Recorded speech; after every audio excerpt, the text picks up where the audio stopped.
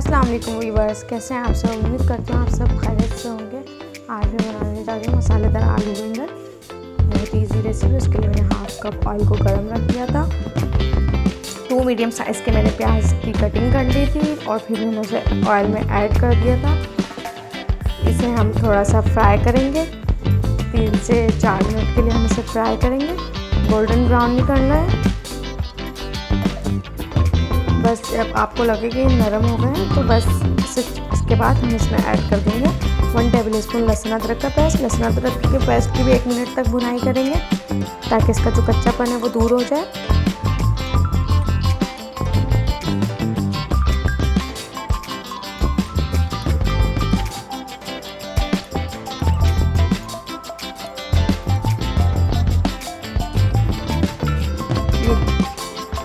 मैंने medium size के आलू लिए थे, उसकी मैंने कटिंग कर ली है और फिर मैंने इसे ऐड कर दिया है।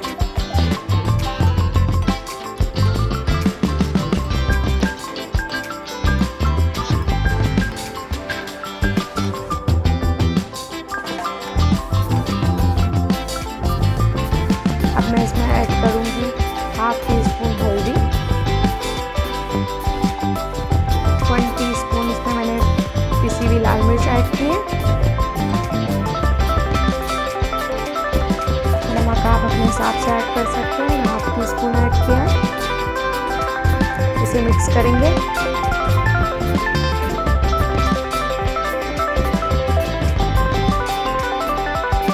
अब मैं इसमें ऐड करूँगी टमाटर। 2 मीडियम साइज़ के मैंने टमाटर लिए थे, वो ऐड कर दिए।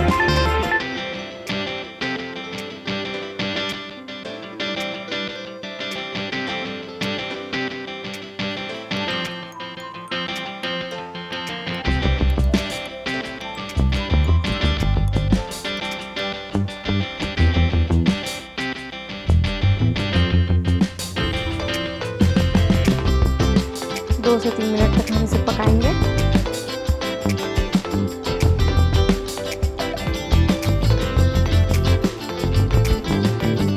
दो से 3 मिनट पकाने के बाद हम इसमें ऐड करेंगे हरी मिर्ची। 3 हरी मिर्ची ली थी, इसे मैंने बारीक बारीक कटिंग कर ली थी, वो ऐड कर दिए।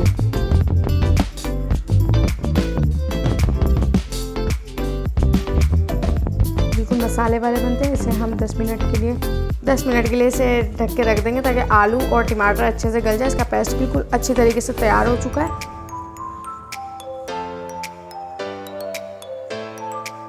अब हम इसमें ऐड करेंगे बैंगन। बैंगन मैंने आधा किलो लिए हैं। बैंगन कोशिश किया करें कि उसी टाइम कटिंग किया करें। अगर हम पहले ही कटिंग करके रख लेते हैं तो वो काले पड़ना शुरू हो जाते हैं। तो कोशिश किया करें कि जब आप बैंगन को ऐड करें जब भी कटिंग करें। तो इसे मिक्स करेंगे और इसे 10 मिनट के लिए ढक के रख देंगे ताकि आलू बैंगन अच्छे से गल जाएं। 10 मिनट के बाद आलू बैंगन अच्छे से गल चुके हैं।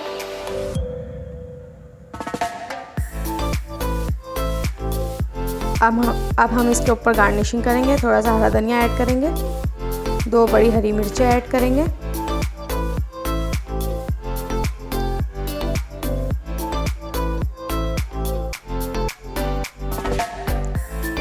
हाफ टी स्पून इसमें पिसा हुआ गरम मसाला ऐड करेंगे।